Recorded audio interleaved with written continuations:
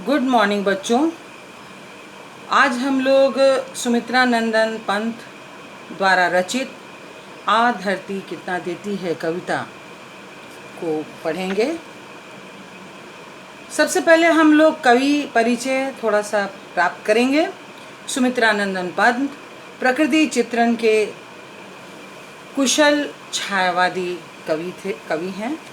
प्रकृति की गोद में पले पंत जी ने इसका सुंदर चित्रण किया है। वे सौंदर्य के उपासक थे।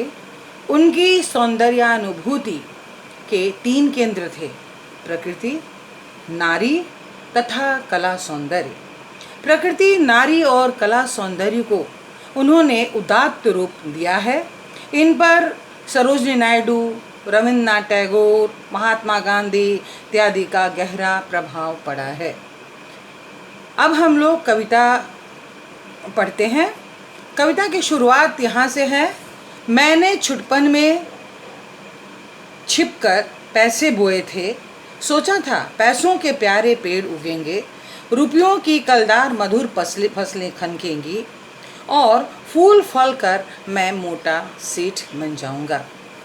ये कविता एक कथात्मक कविता है। इसमें एक कथा छुपी हुई है। इसमें कवि कहते हैं कि बचपन में छिपकर उन्होंने धरती के अंदर पैसे के यानी कि सिक्के बीज के रूप में बोए थे। उन्होंने सोचा था कि सोने चांदी के रुपयों की फसल होगी और खन खन की ध्वनि उत्पन्न होगी। खन खन की ध्वनि उत्पन्न होने से मतलब है कि अगर पैसे अधिक होंगे तो इसमें बहुत खुशहाली भी उन्हें अधिक मिलेगी। उस धन को पाकर वो एक मोटा सेठ, एक बड़े सेठ बन जाएंगे, अमीर बन जाएंगे। इसके बाद का अवतरण है, पर बंजर धरती में एक न अंकुर फूटा, बंध्या मिट्टी ने न एक ही पैसा उगला, जाने सपने कहाँ मिटे सब धूल हो गए। मैं हताश हो बाट जोता रहा दिनों तक, बाल कल्पना के अपलक पावड़े बिछाकर। मैं अबोध था, मैंने गलत बीज बोए थे, ममता को रोपा था, तृष्णा को सींचा था। यानी कवि ने इन पंक्तियों में कहा है कि धरती में पैसे बोने के बाद की स्थिति का वर्णन किया है।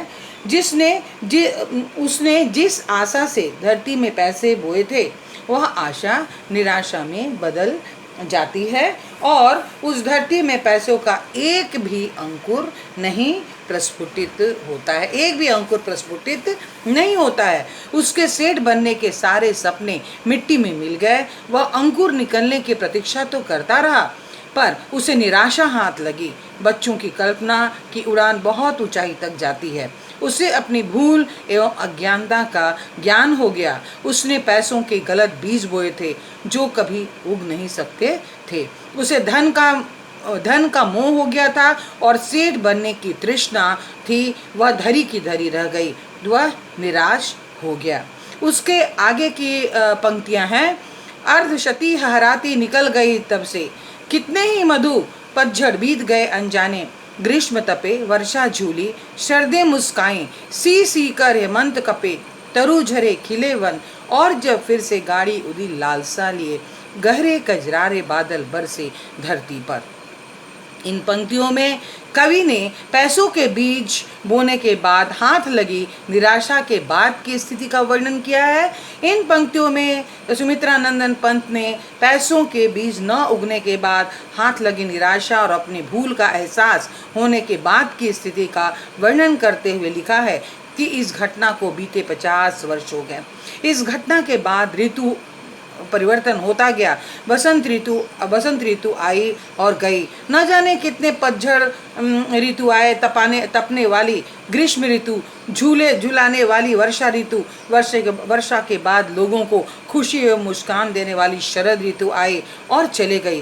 कांपने वाली हेमंत ऋतु आई, पेड़ों के पत्ते झरे, फिर भी वनों में वसंत ऋतु के कारण हरियाली छा गई। ऐसे वातावरण में आशा की किरण लिए गहरे काले बादल धरती पर बरसे, खूब वर्षा हुई। बच्चों, आज इतना ही। अगला दूसरे वीडियो में